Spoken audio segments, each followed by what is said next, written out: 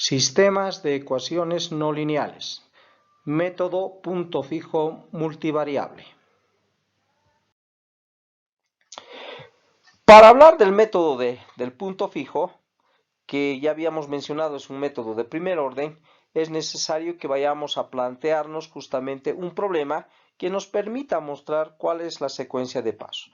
Para lo cual nos estamos asumiendo este problema en el cual señala que se debe determinar la solución con un error de 10 a la menos 2 y tenemos el respectivo sistema de ecuaciones. Como pueden ver, las ecuaciones tienen diferentes términos, no son polinómicos, sino tienen de todo tipo, como en este caso trigonométricos y funciones exponenciales. Primer paso. El primer paso nos dice o señala asumir un error. Si nosotros no conocemos el error, debemos asumirlo. En nuestro caso, por suerte el enunciado nos señala que tenemos que determinar la solución con un error de 10 a la menos 2, por lo tanto nosotros asumimos directamente ese valor. Segundo paso, transformar el sistema. ¿A qué nos referimos con transformar el sistema? Una vez que nos dan el respectivo sistema de ecuaciones, de acuerdo a la metodología que se sigue en el método del punto fijo, este señala que debemos despejar una variable de una determinada función. Es decir, si voy a despejar x1, debo elegir de cuál de estas funciones nosotros debemos o podemos despejar. Nosotros en esta oportunidad vamos a despejar x1 de la primera función, asumimos x2 de la segunda función y x3 de la tercera función.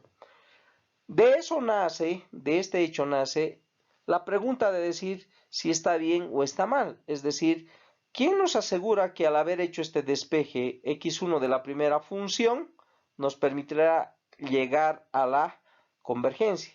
¿Por qué no hemos despejado x1 de la segunda función? Para poder responder a esta interrogante es que debemos seguir en el paso número 3. El paso número 3 señala aplicar el criterio de convergencia. Es decir, como nosotros hemos realizado el despeje correspondiente, debemos aplicar un criterio que me permita justamente determinar si la decisión tomada es la adecuada. Y como el criterio de convergencia está en función justamente de las derivadas parciales de las funciones, por lo tanto, lo primero que tenemos que hacer es determinar las derivadas parciales. Pero cuando nosotros obtenemos las derivadas parciales de las respectivas funciones, podemos observar de que como resultado también nos da otra expresión. Y el criterio de convergencia exige que la solución tenga que ser numeral. Por lo tanto, debemos recurrir al cuarto paso, que señala lo siguiente. Dice el cuarto paso, asumir un vector inicial. Al igual que en el error, muchas veces el enunciado del problema nos facilita ya este vector inicial o el vector dirección, como habíamos señalado, pero en caso de no existir esa información, nosotros debemos asumir tal información. En nuestro caso estamos asumiendo que el vector inicial o los valores iniciales a ser tomados tendrán como valores de 0, 0 y 0.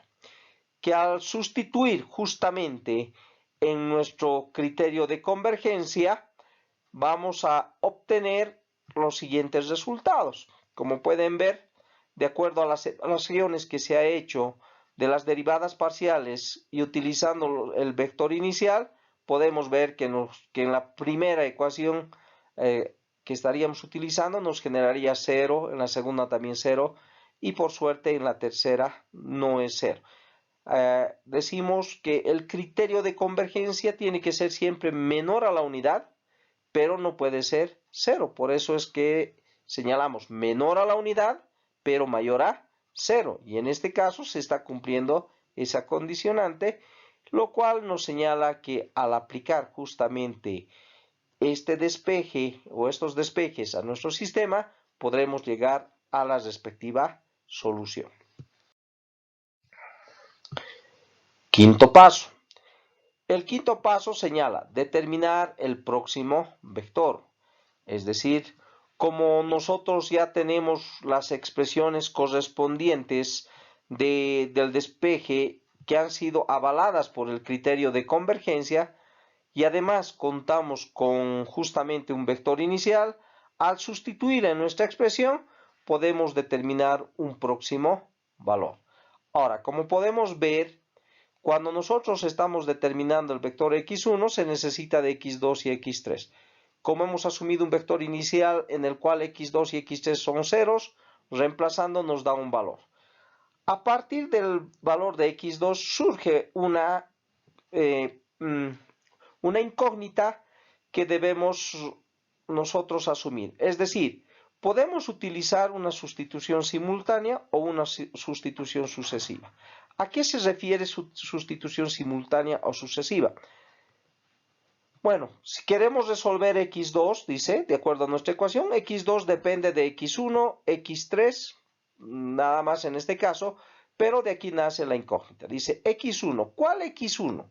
¿El x1 que hemos asumido como vector inicial o el x1 que acabamos de calcular? La decisión que nosotros vayamos a tomar en cómo vamos a sustituir es justamente que dan a estos dos términos. Si nosotros asumimos o mantenemos el vector inicial, como en este caso, estamos aplicando una sustitución simultánea. Si hubiésemos agarrado este valor de 0.5 y lo hubiésemos reemplazado como lo solicita la variable x2, hubiésemos utilizado sustitución sucesiva. Lo mismo para el valor de x3. Como x3 necesita o depende de x1 y x2, entonces podemos utilizar los valores asumidos inicialmente o los valores que estamos calculando. Pero como hace un momento hemos utilizado sustitución simultánea, eso significa que debemos terminar con ese tipo de sustitución y por lo tanto x3 está tomando el vector inicial para obtener un nuevo valor. Paso número 6. El paso número 6 indica determinar la convergencia del método. Bueno, como nosotros hemos ido determinando justamente nuevos valores, la pregunta es si esos valores que hemos determinado o el vector que hemos determinado ya es la solución, para lo cual usamos un determinado criterio a ser asumido y verificamos si ya cumple con nuestra condición que la hemos denominado error. En este caso estamos utilizando el criterio de la distancia. Evaluando justamente estos valores, como teníamos el vector obtenido y el vector inicial, al hacer la resta correspondiente obtenemos un nuevo vector. Pero lo que nos solicitan es el módulo, por lo tanto, el módulo, que no es más que la raíz cuadrada de cada uno de sus componentes elevado al cuadrado, obtenemos un valor. Y de ahí podemos nosotros observar de que el valor obtenido en la distancia difiere del error que nosotros habíamos asumido, por lo cual automáticamente lo que debemos hacer es el paso número 7, que señala, si no se cumple el criterio especificado, es decir, si este criterio no es menor o igual al error, dice debemos repetir el proceso desde el paso número 5. Como se trata de un proceso iterativo, por lo tanto nosotros debemos proceder a hacer esta tarea hasta que la distancia alcance el valor solicitado.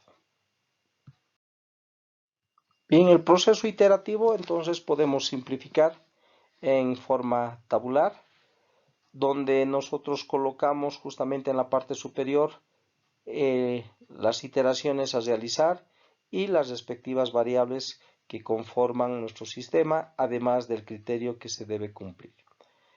Si nosotros interpretamos esta tabla, señalamos en la iteración 0, es decir, cuando hemos comenzado el problema, donde hemos analizado y hemos partido con los valores de x1 igual a 0, x2 0 y x3 igual a 0, se ha procedido a realizar la primera iteración, con la cual se han obtenido los valores de x1, x2 y x3, que comparados con los anteriores con respecto a la distancia nos dan un valor de 0.72 infracción, que no cumple justamente con el criterio del error que nosotros habíamos señalado. Por lo tanto, este proceso se debe repetir.